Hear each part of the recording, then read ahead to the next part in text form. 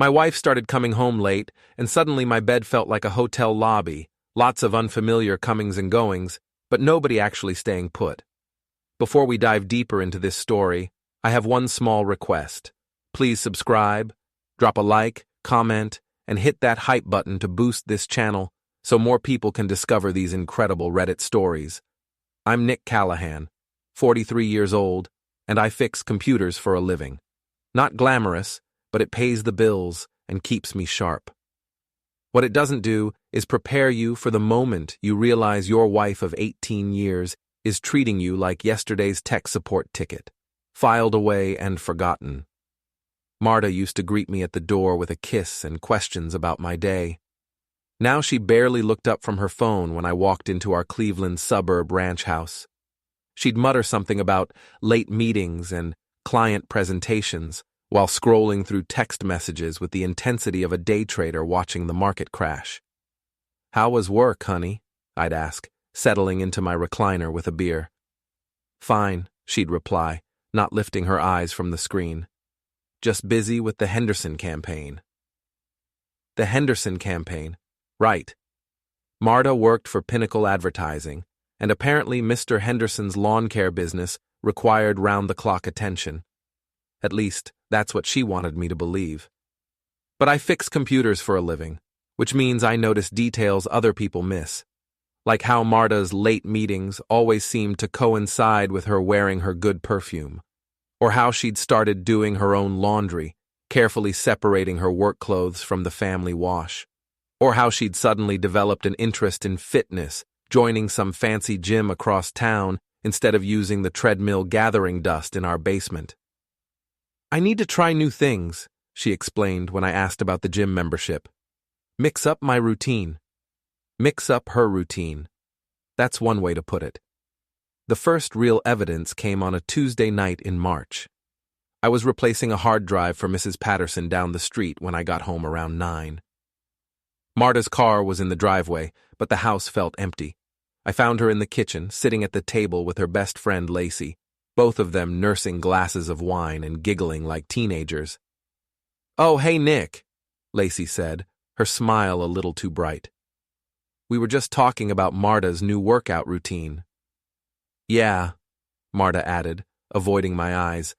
"Jake's really pushing us hard in those sessions." Jake. That was the first time I'd heard the name, but something about the way she said it, like she was tasting something sweet, made my stomach tighten.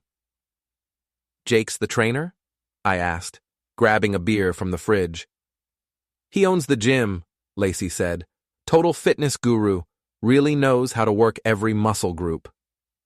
They dissolved into giggles again, and I caught a look between them, the kind of look women share when they're discussing something they think men are too stupid to understand. I should have been a detective, or at least married to someone less obvious. Over the next few weeks, I started paying closer attention.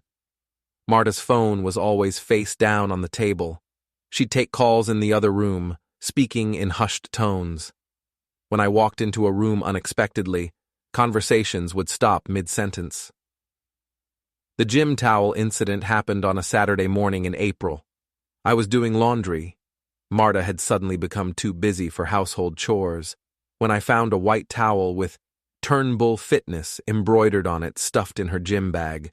Nothing suspicious about that, except for the lipstick stain on one corner. Marta's shade, Revlon Red Rush. Why would there be lipstick on a gym towel? I held it up to the light, studying the stain. It wasn't from wiping her mouth. The placement was all wrong. This was the kind of mark you'd leave if you were kissing something, or someone. My hands started shaking. That evening, I casually mentioned finding the towel. "Oh, that," Marta said, not looking up from her laptop. "Jake loans them out to members. I must have grabbed it by mistake." "There's lipstick on it." "Is there? Weird. Maybe from my gym bag." She was lying. I could tell because she did this thing with her left eyebrow when she lied. It twitched slightly, like it was trying to escape from her forehead. 18 years of marriage teaches you things like that. The hotel receipt came next. I found it in her purse while looking for antacid tablets. The Riverside Inn, room 237, charged to a credit card I didn't recognize. The date was from last Tuesday, one of her late meeting nights. At the bottom, someone had scrawled M. Plage in blue ink, M for Marta, J for Jake. I sat in my truck in the Riverside Inn parking lot for 2 hours that Thursday watching the entrance. Sure enough, at 6:30 p.m., Marta's silver Honda pulled up. She sat in the car for a few minutes, checking her makeup in the rearview mirror before walking into the lobby. 20 minutes later, a gaudy red pickup truck with flames painted on the sides roared into the parking lot. The driver was everything I wasn't: tall, tan, muscles bulging from a tank top that probably cost more than my monthly car payment. He had the kind of confident swagger that screamed, "I bench press more than you weigh." Jake Turnbull, I presumed. He didn't bother with the lobby, heading straight for the exterior stairs. Room 237 was on the second floor, third door from the left. I watched him knock twice, pause, then knock 3 more times. Some kind of signal. The door opened, and even from across the parking lot, I could see Marta's silhouette. She pulled him inside quickly, glancing around the parking lot first. Not quite quickly enough. I drove home in a daze, my mind cycling through 18 years of marriage, 2 kids, a mortgage, shared dreams, and inside jokes. All of it crumbling because my wife had decided she needed to mix up her routine with some muscle-bound gym owner who drove a truck that looked like it belonged in a monster truck rally. When Marta got home 3 hours later, I was sitting in the living room pretending to watch TV. "How was your meeting?" I asked. "Exhausting," she said, heading straight for the shower. "The Henderson campaign is really demanding." I wanted to scream. I wanted to throw the hotel receipt in her face and demand an explanation. Instead, I just nodded and took another sip of my beer, because I had a better idea.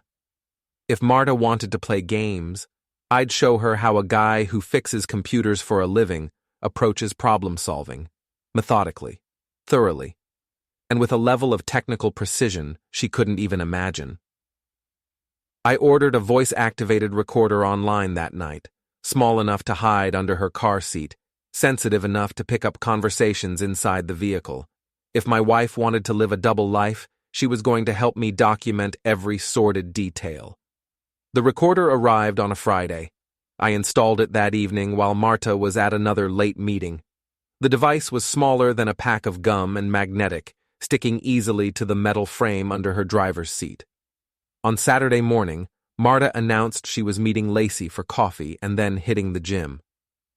"Don't wait up," she said, kissing my cheek with the same enthusiasm she'd show a distant relative.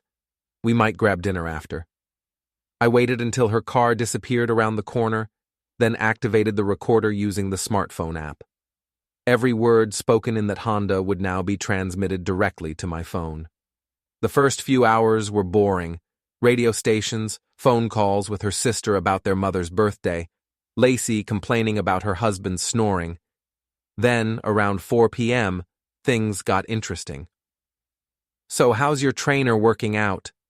Lacey's voice came through crystal clear.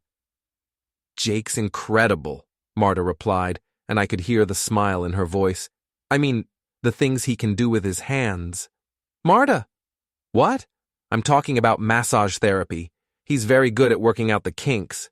They both erupted in laughter. "Seriously, though," Marta continued, "I haven't felt this alive in years. Nick's a good man, but he's so predictable. Same job, same routine, same conversations. Jake makes me feel like I'm 25 again." "What are you going to do about Nick?" There was a long pause. My heart hammered against my ribs. "I don't know," Marta finally said. "I love him, but I'm not in love with him anymore. Does that make sense? He's like a comfortable old sweater, warm and familiar, but not exactly exciting." A comfortable old sweater. 18 years of marriage, and I'd been demoted to outerwear. "You could always suggest being friends," Lacey said. "You know, take the pressure off the marriage and see what happens. Friends with my husband? Why not? Some of the best relationships start as friendships. Maybe if you remove the romantic expectations, you can figure out what you really want. And in the meantime? In the meantime, you keep getting those protein shakes from Jake. More giggling. I sat in my kitchen, staring at my phone, listening to my wife discuss our marriage like it was a business merger gone wrong.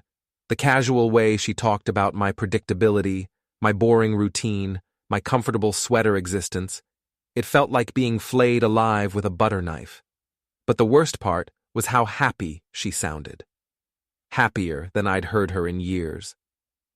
That night, Marta came home with a strange expression on her face, nervous but determined, like someone about to rip off a Band-Aid. "Nick, we need to talk."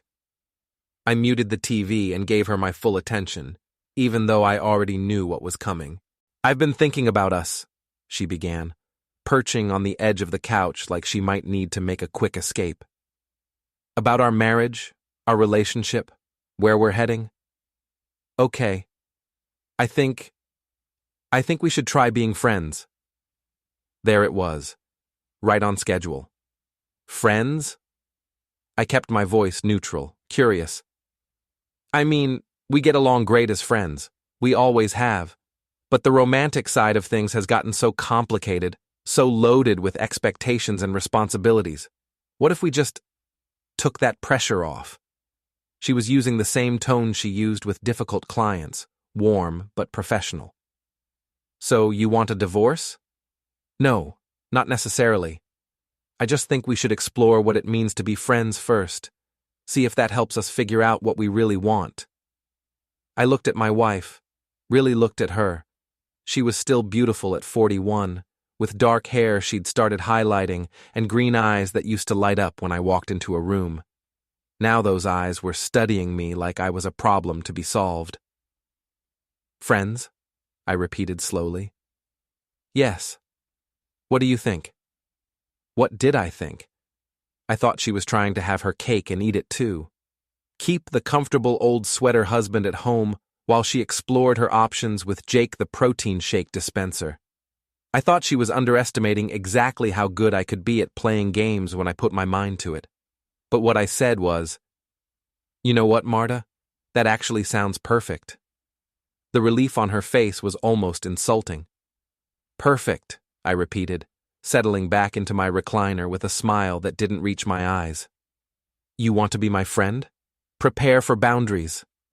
Marta blinked, clearly not expecting that response. "Boundaries?" "Well, yeah. Friends have boundaries, right? They don't do each other's laundry or cook dinner every night or worry about each other's schedules. Friends are independent people who choose to spend time together when it's mutually convenient." I could see the wheels turning in her head, trying to figure out if I was being sincere or sarcastic. After 18 years, she should have known the answer. "I suppose that makes sense," she said carefully. "Great. This is going to be so much easier. No more feeling guilty when I want to hang out with Tony at the bar. No more checking in about dinner plans or weekend activities. We're just two friends sharing living space." The next morning, I demonstrated exactly what friendship meant to me. When Marta came downstairs expecting her usual cup of coffee, made exactly the way she liked it, with 2 sugars and a splash of cream, she found an empty pot and a note. "Coffee's in the cabinet. Help yourself. Your friend, Nick." "Nick?" she called from the kitchen. "Yeah?" I replied from the living room where I was reading the newspaper. "Where's my coffee?" "I made myself a cup. Didn't think to make you one. We're friends now, remember? Friends don't automatically anticipate each other's needs." She appeared in the doorway, still in her robe, looking confused. "But you always make coffee for both of us." "That was husband behavior. I'm transitioning to friend behavior. Much more casual, much less presumptuous." I could practically hear her brain trying to process this. She'd expected me to be devastated by her friend's suggestion, maybe beg her to reconsider.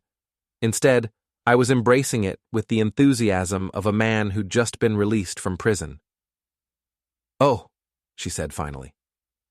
"Okay."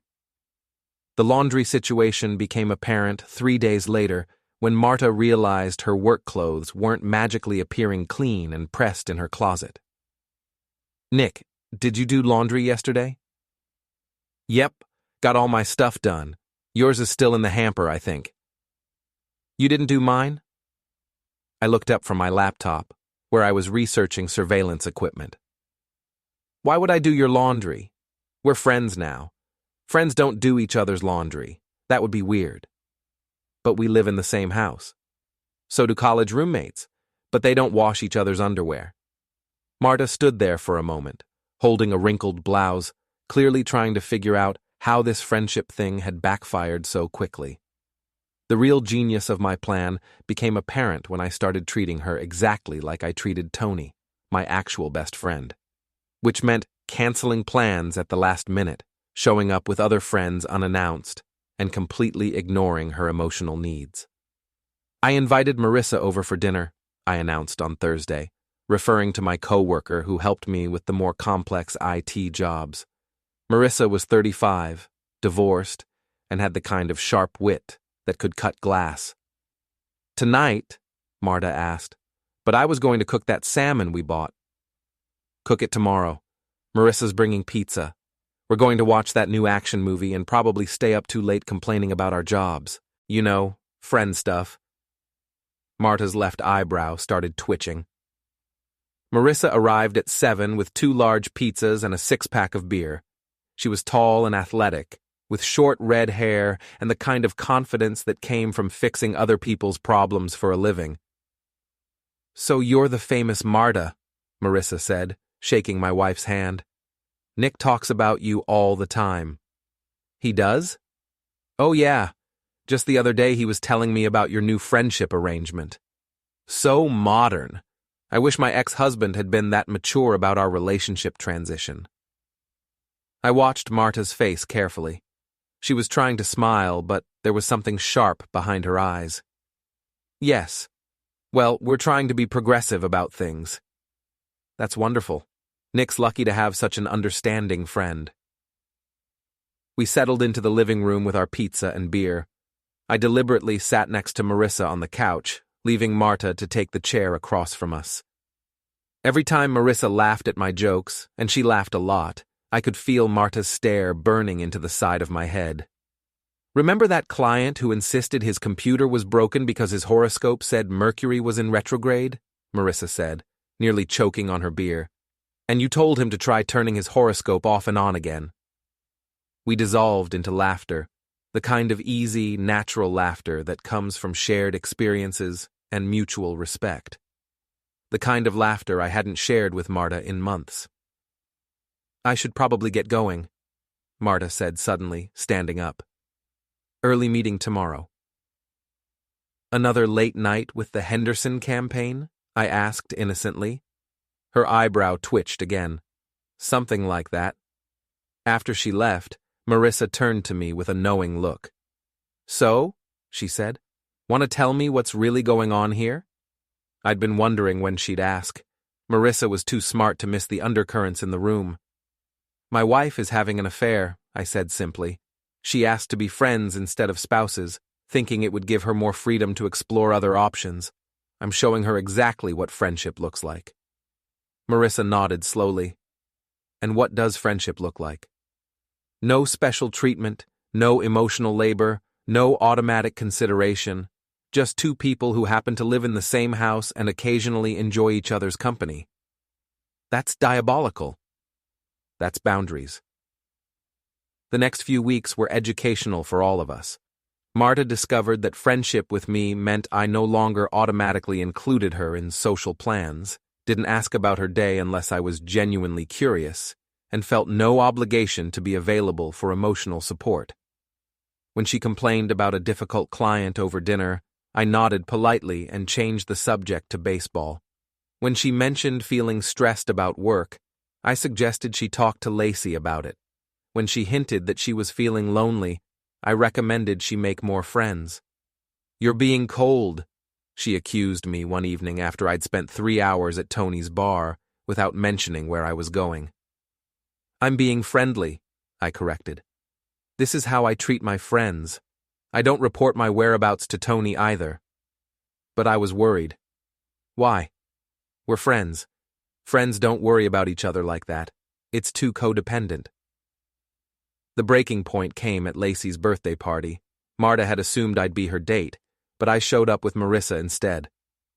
I thought you might want to bring a friend, I explained when Marta cornered me by the punch bowl. You know, since we're friends now. Marissa's not my friend. She's yours. Exactly. And you're my friend too. So now all my friends can meet each other. Isn't this great? Marta's face was turning an interesting shade of red. This isn't what I meant by being friends. What did you mean, exactly? She opened her mouth, then closed it, clearly realizing she couldn't explain what she'd really wanted without admitting she'd been trying to manipulate me. The party got more interesting when Lacey, emboldened by 3 glasses of wine, started flirting with me.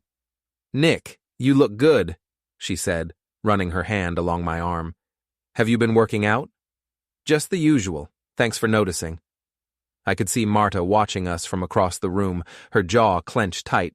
This was probably the first time in months she'd seen another woman show interest in her comfortable old sweater husband.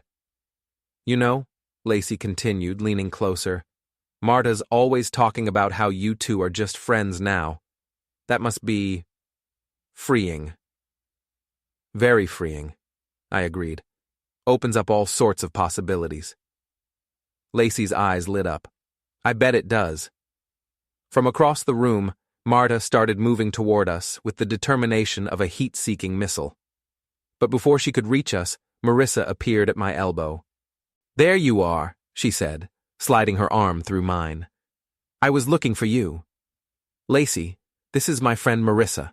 Marissa, Lacey. Nice to meet you, Marissa said with a smile that was all teeth.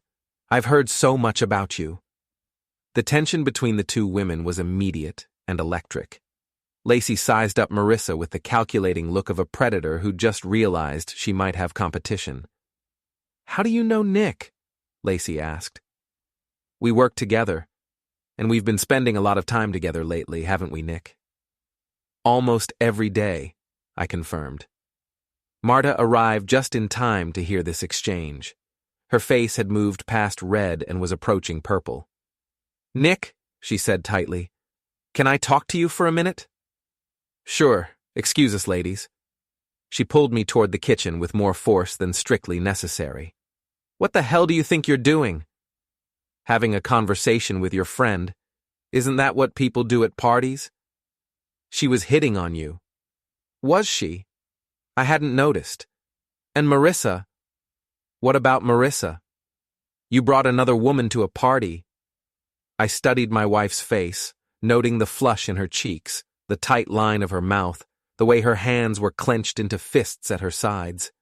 She looked exactly like someone who was jealous, which was interesting, considering she was supposed to be just my friend.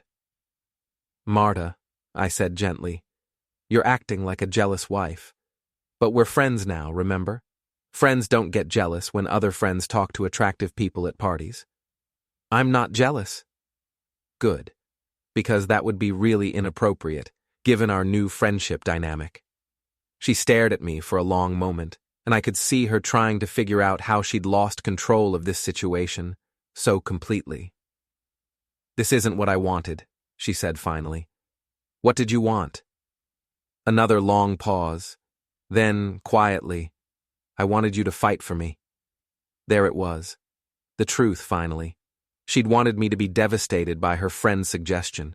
She'd wanted me to beg her to reconsider, to promise I'd be more exciting, more spontaneous, more like Jake, the protein shake dispenser. Instead, I'd called her bluff and raised the stakes. Fighting for someone implies they're worth fighting for, I said. Friends don't fight for each other, they just hang out when it's convenient. I left her standing in the kitchen and returned to the party, where Marissa was waiting with 2 fresh drinks. How'd that go? She asked.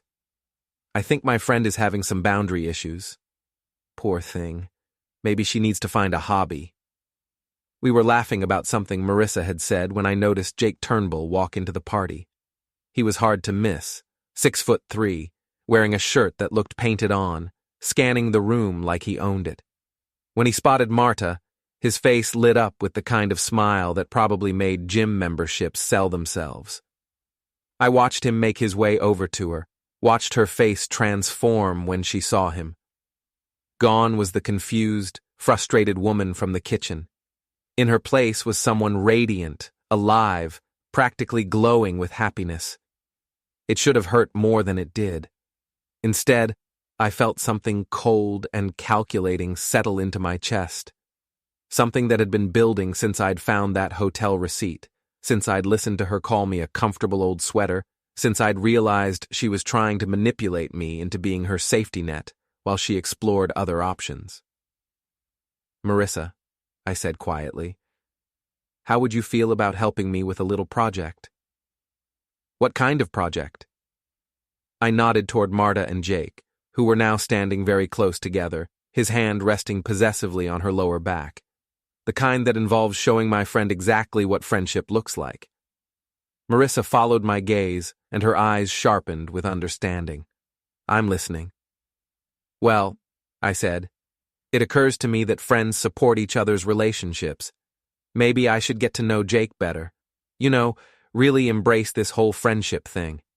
That's either brilliant or completely insane. Probably both." We were still discussing the logistics when Jake himself approached us. Up close, he was even more ridiculous. Spray tan, teeth so white they probably glowed in the dark, cologne that smelled like it had been applied with a fire hose. "You must be Nick," he said, extending a hand the size of a baseball mitt. "I'm Jake. I've heard so much about you." I bet he had. "Nice to meet you, Jake. This is my friend Marissa." "Pleasure," he said, barely glancing at her. His attention was focused entirely on me, like he was trying to figure out if I was a threat or just a pathetic obstacle to be ignored. "Marta tells me you own a gym," I said conversationally. "That's right. Turnbull Fitness. Turnbull.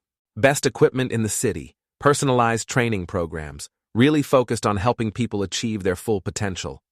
Sounds great. Maybe I should check it out sometime. I've been thinking about getting in shape." Something flickered in Jake's eyes. Surprise, maybe, or amusement. "Sure, man. Always happy to help a friend of Marta's." "Actually," Marissa interjected, "we've both been talking about finding a good gym, haven't we, Nick?" The look that passed between Marissa and me was loaded with possibility and mischief. "Absolutely," I said. "Maybe we could set up a tour sometime this week?" Jake's smile became a little strained. "Of course. I'll have Marta give you my number." "Perfect. I'm really looking forward to seeing what all the fuss is about." After Jake excused himself and returned to Marta's side, Marissa turned to me with admiration. "You're not just going to show her what friendship looks like," she said. "You're going to show her what happens when friends get too involved in each other's business." Something like that. We spent the rest of the party watching Marta and Jake try to be discreet while failing spectacularly. The lingering touches, the whispered conversations, the way they kept finding excuses to be near each other. It was like watching a high school drama play out in middle-aged bodies. But the most interesting part was watching Marta watch me. Every time Marissa laughed at one of my jokes, every time we leaned close together to share a comment about the party, every time we looked like we were having genuine fun, I could feel Marta's attention laser-focused on us. The evening reached its crescendo when Marissa, emboldened by wine and the obvious success of our performance, leaned over and kissed me on the cheek. "Thanks for bringing me," she said loud enough for half the party to hear. "This has been the most fun I've had in months." From across the room, I heard the sharp sound of Marta's wine glass hitting the coffee table a little too hard. "My pleasure," I replied. "We should do this more often." "I'd like that." The kiss on the cheek became a brief but unmistakable kiss on the lips. Nothing passionate or inappropriate, just the kind of affectionate peck that suggested intimacy and possibility. Marta shot to her feet like she'd been electrocuted. "We're leaving," she announced to Jake, loud enough for everyone to hear. "But the party just... now." Jake followed her toward the door, looking confused and slightly annoyed. Before they left, Marta turned back to look at me one more time. Her face was a mask of fury and something else, something that looked almost like panic. I raised my beer in a friendly toast. "See you at home, friend," I called out cheerfully. The door slammed behind them with enough force to rattle the windows. "Well," Marissa said, settling back against the couch cushions with satisfaction, "I'd say that was a successful field test." "Phase 1 complete," I agreed. "Now comes the fun part." The war began in earnest the next morning. I woke up to find Marta sitting at the kitchen table, still in her robe, staring at me with the intensity of a prosecutor preparing for cross-examination. "We need to talk," she said. "Good morning to you too, friend." "Don't." Her voice was sharp enough to cut steel. "Just don't."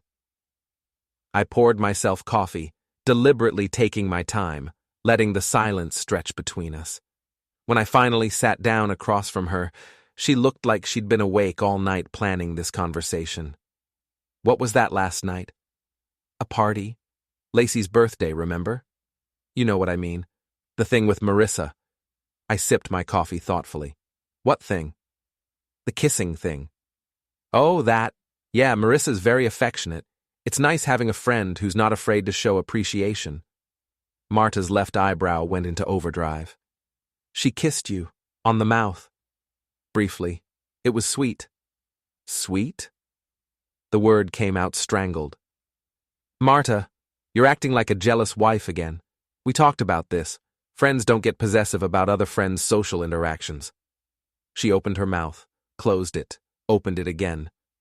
I could practically see her trying to figure out how to express her outrage without admitting she wanted exclusive access to a man she'd demoted to friendship status.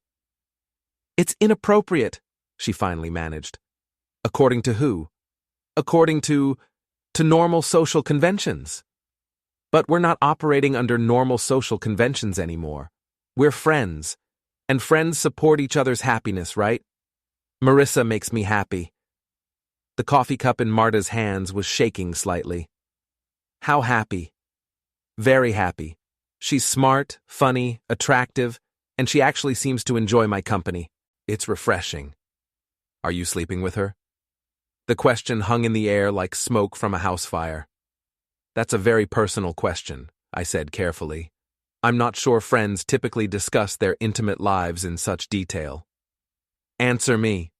"No, Marta, I'm not sleeping with Marissa. Yet." The yet hit like a physical blow.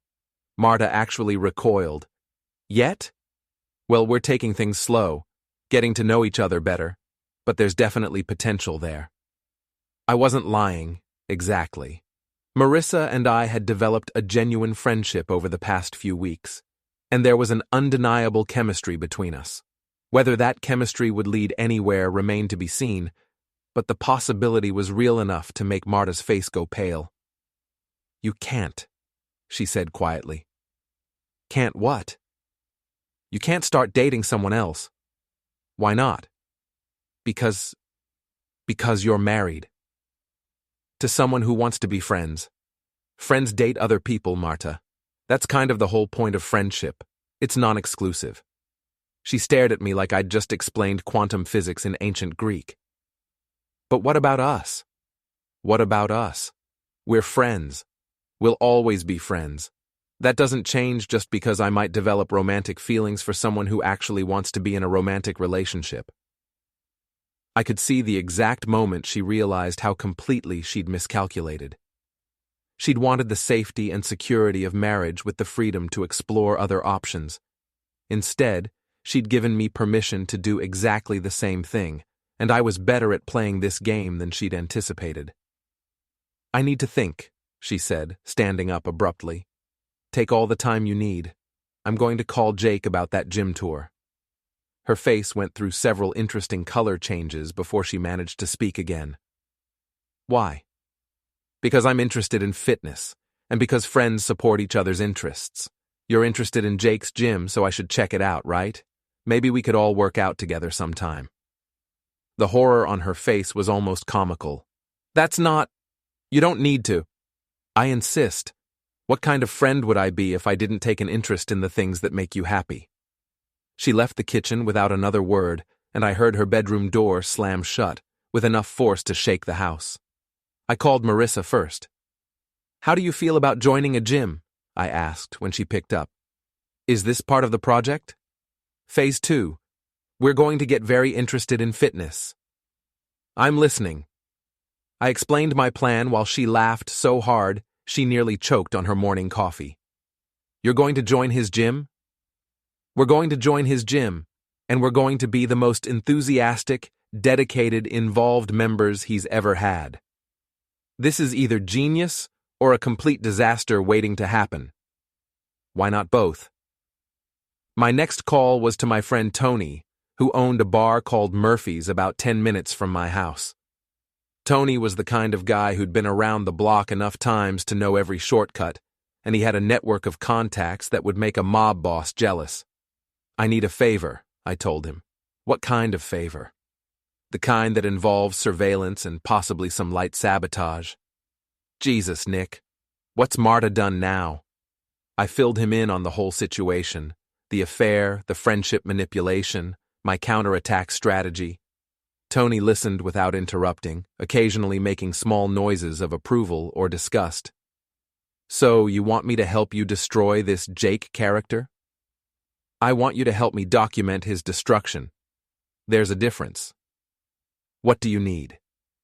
Someone to follow them around, take pictures, maybe record some conversations. Nothing illegal, just thorough documentation. I know a guy. Sheila's cousin Mike does private investigation work, mostly divorce cases, but he's good at staying invisible. Sheila was Tony's bartender, a sharp-tongued woman in her 50s who knew everyone's business and wasn't afraid to share it. Perfect. And Tony? I might need some help with the more creative aspects of this project. Creative how? Let's just say Jake's about to discover what happens when you mess with a guy who fixes computers for a living. The gym tour was scheduled for Thursday afternoon. Marissa and I arrived at Turnbull Fitness right on time, dressed in matching workout gear I'd ordered online. Nothing too obvious, just the kind of subtle coordination that suggested we were a couple. Jake met us at the front desk, all white teeth and spray-tanned enthusiasm. He was wearing shorts that looked like they'd been shrink-wrapped onto his legs and a tank top that left nothing to the imagination. Nick, great to see you again, man. And Marissa, right? Welcome to Turnbull Fitness. The gym was exactly what I'd expected. Lots of chrome and mirrors, music pumping loud enough to wake the dead, and equipment that looked like it belonged in a science fiction movie. The clientele was mostly young, attractive, and very aware of how they looked in the mirrors. This is impressive, I said, and I wasn't lying. Whatever else Jake might be, he knew how to run a business. Thanks, man. I've put a lot of work into this place. Really wanted to create an environment where people could push their limits, you know? I can see that. Marta's always talking about how much she loves working out here. Something flickered across Jake's face at the mention of my wife. Yeah, Marta's great. Really dedicated to her fitness goals. She certainly is. She's been coming home exhausted lately. You must really be putting her through her paces. Jake's smile became slightly strained. I believe in challenging my clients. Oh, I'm sure you do. The tour continued for another 20 minutes, with Jake showing us every piece of equipment and explaining his training philosophy. I asked lots of questions, took notes, and generally acted like someone who was genuinely interested in becoming a member. So what do you think? Jake asked as we finished up. I think we'd love to join, Marissa said before I could answer. When can we start? Right away. I can set you up with membership packages today. Actually, I said, I was hoping we could start with some personal training sessions, get the full Turnbull experience. Jake's expression became carefully neutral. Personal training's pretty expensive. Money's not an issue. I want the best trainer you've got. Well, I do all the advanced personal training myself. Perfect. When's your next opening? I could see him trying to figure out how to get out of this without being obvious about it. I'm pretty booked up for the next few weeks. I'm flexible.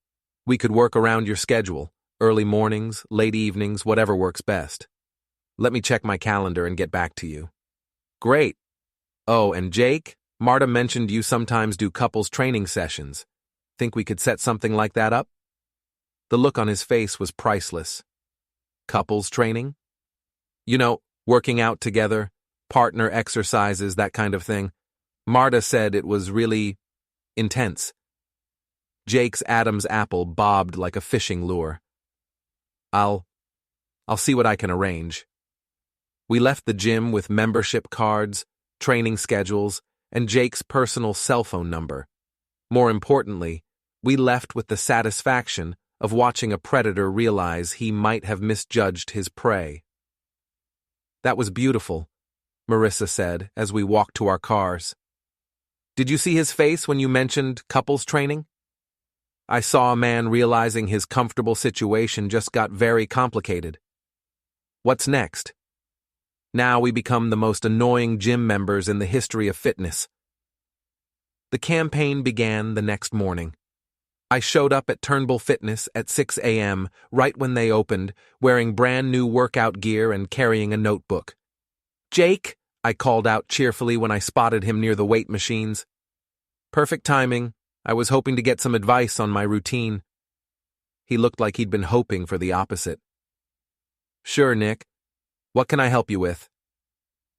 For the next hour, I peppered him with questions about everything from proper form to nutritional supplements. I took detailed notes, asked for demonstrations, and generally made myself as present and involved as possible. You're really dedicated, Jake said finally, glancing at his watch. I learned from the best. Marta's always talking about how thorough you are with your instruction. That eyebrow twitch was becoming familiar. The pattern continued for the rest of the week. I showed up every day, sometimes with Marissa, sometimes alone, always enthusiastic and always full of questions. I complimented Jake's technique, asked about his training philosophy, and made sure to mention Marta in every conversation. Marta says you're really good with your hands, I told him on Wednesday, while he was showing me proper stretching techniques. She mentioned you have incredible stamina, I added on Thursday, during a discussion about cardio routines. Marta's always talking about your protein shakes, I said on Friday, while Jake was mixing a post-workout drink. She says they're the best she's ever had. By the end of the week, Jake looked like a man who was being slowly tortured by the world's most polite interrogator. But the real fun started when Mike, Tony's private investigator friend, began following Marta and Jake around town. The photos started arriving on Saturday. Marta and Jake at the Riverside Inn, looking around nervously before going inside. Marta and Jake at a restaurant across town, sitting in a corner booth with their hands intertwined. Marta and Jake in the gym after hours, engaged in activities that definitely weren't covered in the membership handbook. Mike was good at his job. The photos were clear, well-composed, and utterly damning. But the real gold mine was the audio recordings. Mike had managed to plant a listening device in Jake's truck. The gaudy red monster was hard to miss, and even harder to secure properly. The conversations were everything I'd hoped for, and worse. I don't know what to do about Nick. Marta's voice came through clearly on the first recording. He's acting so weird lately. Weird how? Jake's voice was deeper than I'd expected, with a slight accent I couldn't place. He's being too nice about everything. When I suggested we be friends, I thought he'd fight for our marriage. Instead, he's embracing it. He's treating me exactly like a friend, and it's driving me crazy. Maybe he's just giving you what you asked for. That's not what I wanted. What did you want? A long pause. Then, I wanted him to realize what he was losing. I wanted him to step up, be more exciting, more spontaneous. Instead, he's hanging out with that Marissa woman and acting like he doesn't care if I disappear forever. Do you think he knows about us? I don't see how he could. We've been careful. Have we? He's been asking a lot of questions at the gym. What kind of questions? About you, about your workouts. He keeps mentioning things you've supposedly said about me. What things? Stuff about my hands, my stamina, my protein shakes. It's like he knows exactly what to say to make me uncomfortable. Another pause. You don't think he's testing you, do you? Testing me how? I don't know, but something feels off. And now he wants couples training sessions. He what? He and Marissa want to do couples workouts, together, with me training them. The sound of Marta's sharp intake of breath was clearly audible. You can't do that. Why not? If I say no, it'll look suspicious. Because it's weird, Jake. My husband wants you to train him and his girlfriend in couples exercises. Don't you see how messed up that is? She's not his girlfriend. Isn't she? They sure looked cozy at Lacey's party. You're being paranoid. Am I? What if Nick knows about us and this is his way of torturing us? What if he's planning something? Like what? I don't know. But the Nick I married wouldn't just roll over and accept his wife having an affair. He'd do something about it. Maybe the Nick you married is exactly who he's always been, and you just never paid attention. The recording cut off there, but I'd heard enough. Marta was starting to panic, and Jake was beginning to realize he might be in over his head. I listened to the recording 3 times, taking notes and planning my next moves. They were right to be paranoid. I was planning something, and it was going to be spectacular. But first, I had a couples training session to prepare for. The couples training session was scheduled for Monday morning at 8 a.m., when the gym would be relatively empty. Jake had clearly hoped to minimize witnesses to what he probably expected would be an awkward disaster. He had no idea how right he was. Marissa and I arrived dressed in coordinated workout gear, nothing too obvious, just subtle matching details that suggested we were a real couple. I'd also brought a small digital camera, ostensibly to record our workout for progress tracking. Ready for this? Marissa asked as we walked through the gym's front doors. I've been ready for weeks. Jake was waiting for us near the personal training area, looking like a man facing a firing squad. He'd clearly spent the weekend psyching himself up for this, but his smile looked painted on. Morning, you two. Ready to get started? Absolutely, I said, setting up my camera on a nearby bench. I hope you don't mind me recording this. I like to review my form later. Something flickered in Jake's eyes. Sure, no problem. For the first 20 minutes, everything proceeded normally. Jake put us through basic partner exercises, stretches, light resistance work, coordination drills. He was professional, knowledgeable, and clearly trying to keep things as boring as possible. Then I started asking questions. This is great, Jake. Is this the kind of workout you do with Marta? His hands faltered slightly on the resistance band he was adjusting. Similar. Every client has different needs. Right, of course. But Marta's always talking about how intense your sessions are. Really gets her heart rate up. Marissa coughed to cover a laugh. Marta's very dedicated, Jake managed. She is. Sometimes she comes home so exhausted she can barely move. You must really know how to push her limits. Jake's face was starting to turn red.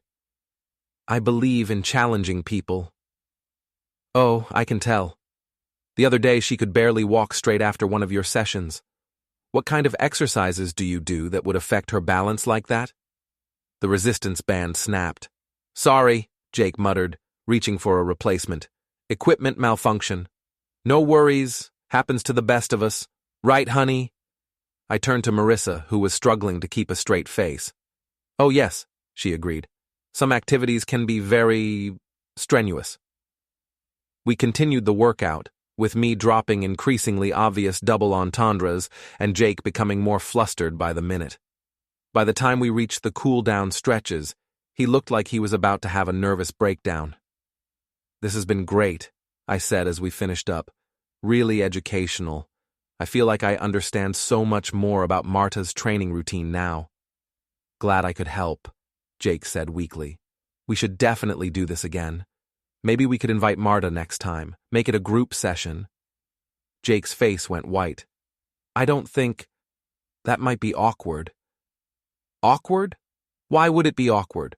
We're all friends here. It's just... Mixing different training relationships can be complicated. Complicated how? Jake opened his mouth, then closed it, clearly realizing there was no good way to explain why training his lover and her husband together might be problematic. I'll have to check my schedule, he said finally. Great. I'll mention it to Marta tonight. I'm sure she'll be excited. We left Jake standing in the middle of the gym, looking like he'd just survived a natural disaster. That was amazing, Marissa said once we were outside. I thought he was going to pass out when you suggested including Marta. Phase 2 complete.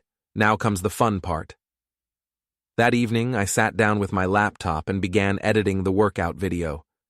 I didn't change anything Jake had actually said or done. I didn't need to. His discomfort was obvious enough without any manipulation. I just added some creative captions and uploaded it to social media with the title, Great Workout with Jake from Turnbull Fitness. Thanks for showing us all your favorite techniques. The video got 12 likes and 3 comments within the first hour. By the next morning, it had been shared 47 times and had over 300 views. More importantly, it had been seen by several of Jake's other clients, who began asking questions about his specialized training methods. But the real masterpiece was yet to come. Tony's contacts in the local business community had provided me with some interesting information about Jake's gym. Turnbull Fitness was heavily leveraged, with loans from 3 different banks and a lease agreement that required maintaining a certain number of active memberships. Jake's business was successful, but it wasn't stable. A significant loss of clients could put him in serious financial trouble, which gave me an idea. I spent Tuesday evening creating a fake social media account under the name Concerned Gym Member and began posting reviews of Turnbull Fitness that were technically accurate but highly suggestive. Jake provides very personal attention to his female clients. Some might say too personal. Saw him giving private instruction to a married woman after hours. Very unprofessional. Be careful if you're married and thinking about joining this gym. The owner seems to specialize in breaking up relationships. Ladies, if you're looking for a trainer who will respect professional boundaries, look elsewhere. Jake's idea of hands-on instruction goes way beyond what's appropriate. The reviews were subtle enough to avoid being obviously fake, but damaging enough to plant seeds of doubt. Within 48 hours, they'd been read by hundreds of people and shared across multiple platforms. Jake's business phone started ringing with cancellations. But I wasn't done yet. Wednesday morning, I showed up at the gym with a bouquet of flowers and a big smile. Jake, these are for you, I announced loudly, handing him the flowers in front of a dozen other gym members. What? Why? To thank you for all the special attention you've been giving Marta. She's been glowing lately, absolutely radiant. Whatever you're doing in those private sessions is really working. Jake's face cycled through several shades of red and purple. Nick, I don't think... No need to be modest. I know quality instruction when I see it. Marta comes home from your sessions completely satisfied. Exhausted, but satisfied. Several people had stopped their workouts to listen to our conversation. She's always talking about your technique, I continued. How you really know how to work every muscle group. How you never quit until she's completely spent. A woman on the elliptical machine was openly staring now. And those protein shakes you make for her? She says they're the best she's ever tasted. Really creamy and satisfying. Jake looked like he wanted to disappear into the floor. I should get back to work, he managed. Of course, don't let me keep you from your clients. I know how much you enjoy giving personal attention. I left him standing there, holding a bouquet of flowers, surrounded by gym members who were clearly wondering what kind of personal attention he'd been providing to married women. The flowers were a nice touch, but the real coup de grace came that evening. Mike had been monitoring Jake's truck for weeks, and he'd finally captured the conversation I'd been waiting for.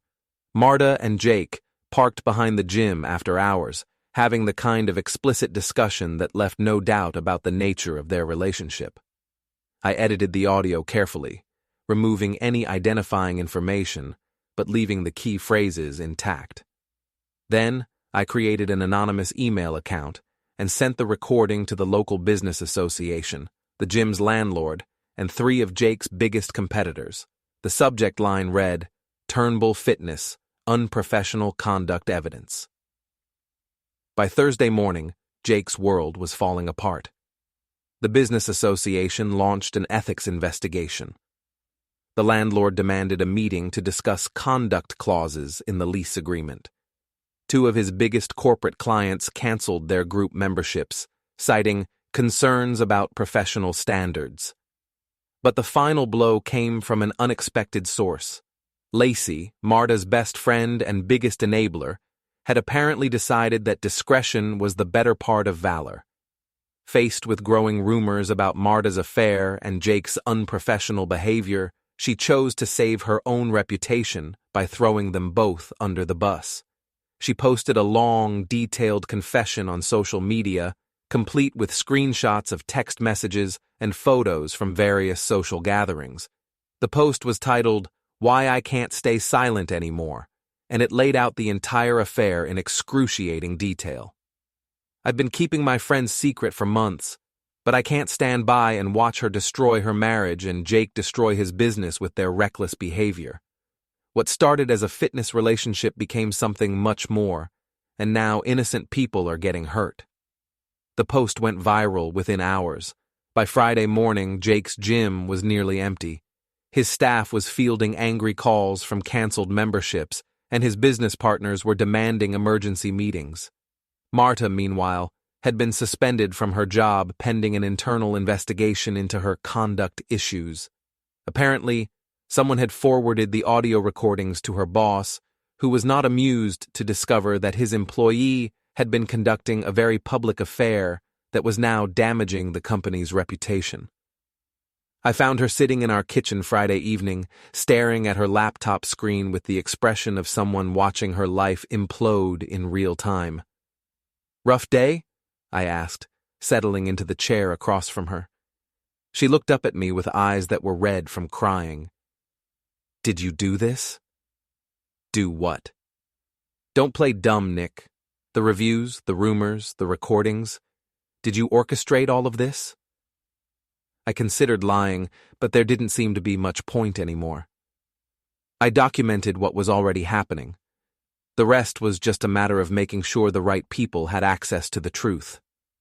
"You destroyed us." "No, Marta, you destroyed us. I just made sure everyone else knew about it."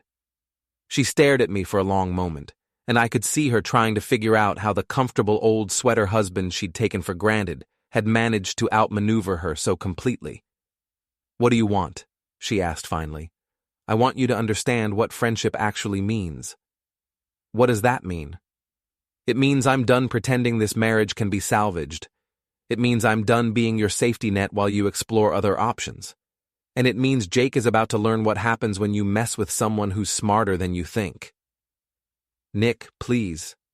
"Please what?" "Please let you keep humiliating me while you figure out if the grass is greener with your muscle-bound trainer. Please pretend I don't know you've been lying to me for months. Please go back to being the comfortable old sweater you can put on when you need warmth but discard when something more exciting comes along." Her face crumpled. "I never meant for it to go this far." "Yes, you did. You just didn't expect me to fight back." I stood up and headed for the door. "Where are you going?" "To have a drink with my actual friends. You know, people who don't treat friendship as a consolation prize." "Nick, wait!" But I was already gone, leaving her alone with her laptop and the wreckage of the life she'd thought she could manipulate without consequences. The real fireworks were still to come. Saturday morning brought the kind of storm that meteorologists love and everyone else dreads. The sky was the color of old pewter, and the wind was howling like something alive and angry. Perfect weather for what I had planned. I was sitting in Tony's bar at 10 a.m., nursing a coffee and watching the local news on the mounted TV, when Jake Turnbull burst through the door like a man possessed. Where is he? Jake shouted, scanning the nearly empty bar. Where's Nick? Tony looked up from wiping down glasses, his expression carefully neutral. You'll have to be more specific. We get a lot of Nicks in here. Don't play games with me, old man. Nick Callahan. I know he hangs out here. Ah, that Nick. Tony's voice was mild, but I could see his hand moving toward the baseball bat he kept behind the bar. He's right there. Jake spun around and spotted me in my corner booth. His face was flushed, his clothes were wrinkled, and he looked like he hadn't slept in days. Success, apparently, didn't agree with him. You son of a bitch, he snarled, stalking toward my table. You think you're so smart, don't you? Smarter than you, apparently. I took a sip of my coffee, not bothering to stand up. Though that's not exactly a high bar. You ruined everything. My business, my reputation, my life. All because you couldn't handle the fact that your wife wanted a real man. A real man? I laughed. Jake, real men don't sneak around with married women and then fall apart the moment someone calls them on it. Real men take responsibility for their actions. I'm taking responsibility right now. He reached for me, but I was ready. 18 years of marriage to someone who kept rearranging furniture had taught me to be aware of my surroundings. I slid out of the booth, just as his hands grabbed empty air. Easy there, protein shake, I said, backing toward the center of the bar. We're in public. People might get the wrong idea about your professional conduct. My professional conduct? His voice cracked on the words. You destroyed my professional conduct. Those reviews, those recordings, that video you posted. I posted a workout video. Everything else was just people sharing their honest opinions about your services. Honest opinions? You manipulated everything. I documented everything. There's a difference. Jake lunged again, and this time I let him get close enough to grab my shirt. But instead of trying to fight him off, I did something he wasn't expecting. I started laughing. This is perfect, I said, pulling out my phone. Please tell me you're going to take a swing at me. I've got the camera ready. You think this is funny? I think it's hilarious. The big, strong gym owner, reduced to starting bar fights because he can't handle a little competition. What's next, Jake? Are you going to challenge me to arm wrestling? Competition? He shoved me backward, and I let myself stumble dramatically. You call sabotage competition? I call it friendship. You wanted to be friends with my wife, remember? Well, friends look out for each other. And as Marta's friend, I felt obligated to make sure everyone knew what kind of man she was associating with. You're insane. I'm thorough. There's a difference. Tony cleared his throat from behind the bar. Gentlemen, I'm going to have to ask you to take this outside. I run a respectable establishment. Good idea, I said, heading for the door. Jake, you coming? Unless you're afraid of a little fresh air. The storm hit us like a physical force the moment we stepped outside. Rain was coming down in sheets, and the wind was strong enough to make walking a challenge. Perfect conditions for what I had in mind. This ends now, Jake shouted over the sound of the storm. You and me, no tricks, no games. No tricks, I agreed. Just you, me, and the truth. He swung at me then, a wild haymaker that would have knocked me flat if it had connected. But Jake was used to fighting in controlled environments, with rules and referees and safety equipment. He wasn't prepared for a middle-aged computer repairman who'd spent years dealing with frustrated customers and had learned a thing or two about avoiding confrontation. I ducked under his punch and came up behind him, using his own momentum to send him stumbling toward the parking lot. Come on, Jake, I called out. Is that the best you've got? No wonder Marta was getting bored. That got his attention. He spun around with fury in his eyes, but the rain was making everything slippery, and his fancy gym shoes weren't designed for outdoor combat. He went down hard on the wet asphalt, his perfectly sculpted body hitting the ground with a satisfying thud. Ouch, I said, standing over him. That's going to leave a mark. Good thing you're flexible. He tried to get up, but I was ready for that too. I'd spent the morning preparing the parking lot behind Tony's bar, and Jake was about to discover what happens when you mess with someone who thinks 3 steps ahead. The first trap was simple: a thin wire stretched between 2 cars at ankle height, invisible in the rain and darkness. Jake hit it at full speed and went down again, this time taking a faceful of muddy water. "Careful there, champ," I called out. "Wouldn't want you to hurt yourself." The second trap was more elaborate. I'd rigged a bucket of paint to tip over when someone stepped on a specific loose board near the dumpster. Jake, blinded by rage and rain, stepped right into it.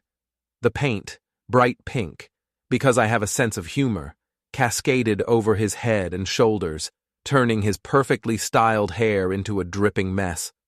"Oh no," I said, pulling out my phone again. "This is definitely going on social media." "You bastard!" Jake screamed, wiping paint from his eyes. "Fight me like a man." "I am fighting you like a man. A smart man who plans ahead and uses his brain instead of his muscles." The third trap was the masterpiece. I'd positioned a series of small speakers around the parking lot, all connected to my phone via Bluetooth. With the press of a button, I activated the audio system I'd prepared. Suddenly, the parking lot was filled with the sound of Jake and Marta's most intimate conversations, broadcast at full volume for anyone within a 3-block radius to hear. "Oh God, Jake, you're so much better than my husband. Tell me what you want, baby." "I want you to do that thing with your tongue again." Jake's face went from red to purple to white in the space of 10 seconds. "Turn it off!" he shouted, lunging toward the nearest speaker.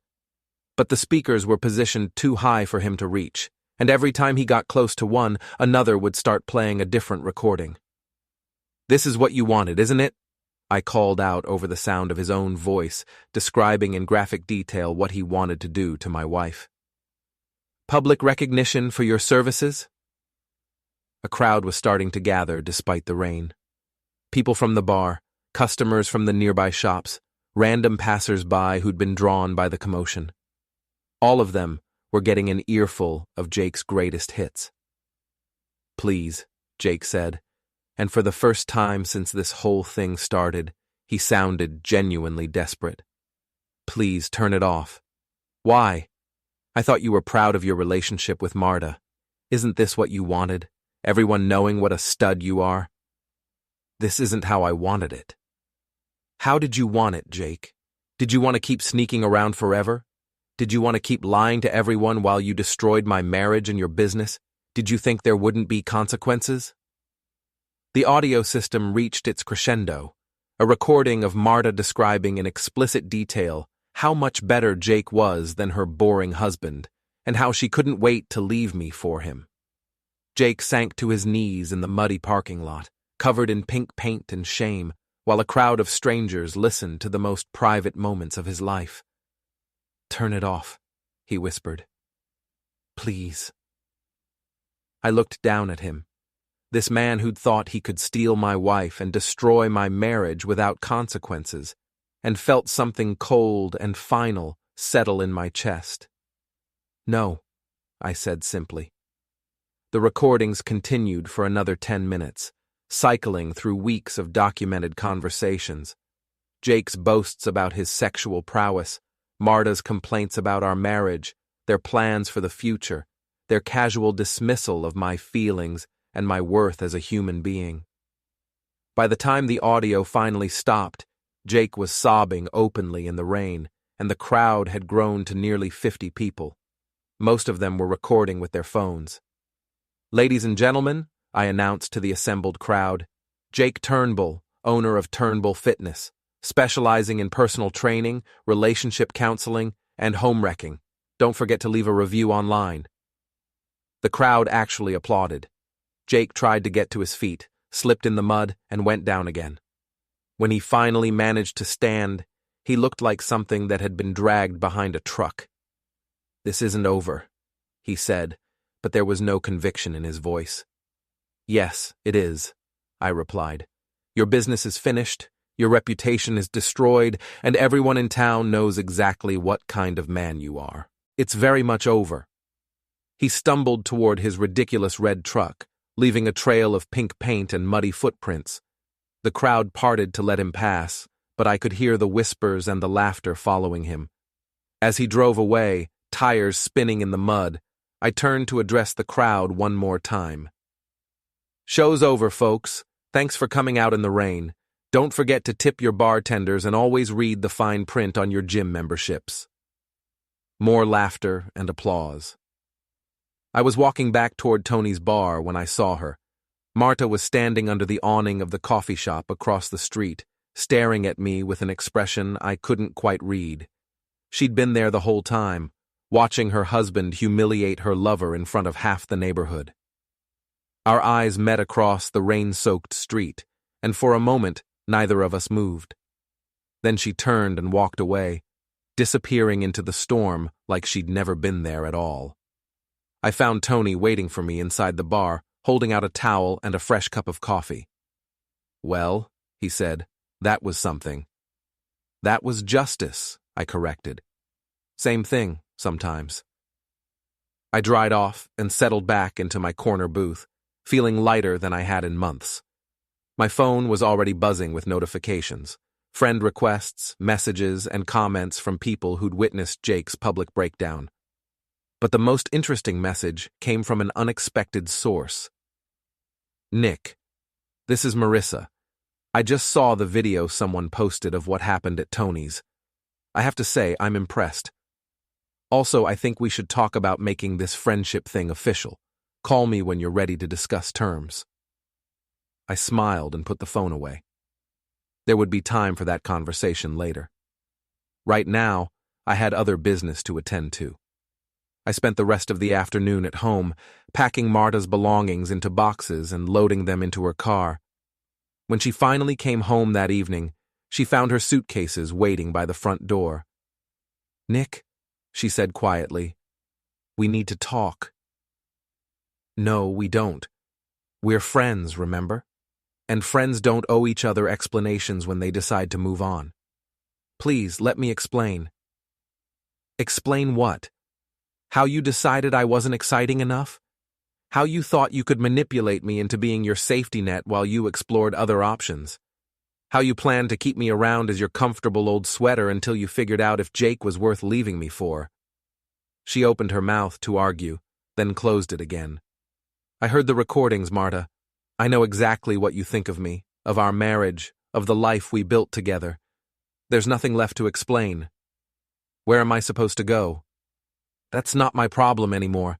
You're a grown woman who made her own choices. Figure it out. What about our kids? Our kids are adults who can decide for themselves which parent they want to maintain a relationship with. I'm not going to poison them against you, but I'm also not going to lie to them about why our marriage ended. Nick, please. I made a mistake. I can fix this. No, you can't.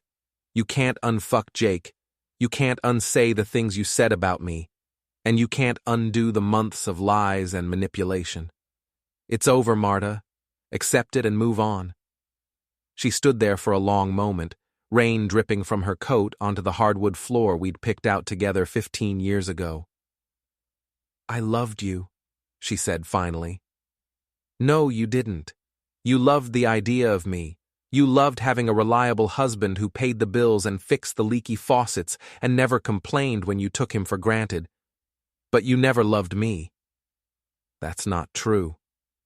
"If it wasn't true, you wouldn't have needed Jake to make you feel alive." She picked up her suitcases and walked toward the door, then stopped and turned back. "What if I fight for you? What if I show you that I can change? Then you'll be wasting your time. I'm not interested in being anyone's consolation prize ever again." The door closed behind her with a soft click, and suddenly the house was quiet except for the sound of rain against the windows. I poured myself a glass of whiskey and sat in my recliner, looking around at the home Marta and I had built together. Tomorrow, I'd start the process of making it mine alone. I'd redecorate, rearrange the furniture, maybe finally get that big screen TV I'd been wanting. But tonight, I just sat in the quiet, and enjoyed the peace that comes from knowing you've won a war you never wanted to fight. My phone buzzed with a text message from an unknown number. You destroyed my life, but I respect the way you did it. You're smarter than I gave you credit for. Take care of yourself. J. I deleted the message without responding. Another text came in, this one from Marissa. Dinner tomorrow? I'm buying. We have a lot to discuss. This one I answered immediately. Looking forward to it. I finished my whiskey and headed upstairs to bed, stepping over the spot where Marta's suitcases had been waiting. The bedroom felt different already, bigger somehow, and more peaceful. As I drifted off to sleep, I could hear the storm finally beginning to pass. By morning, the skies would be clear, and I could start building the life I actually wanted instead of the one I'd settled for. The comfortable old sweater was finally going to get some new threads, and this time I was going to make sure they fit perfectly.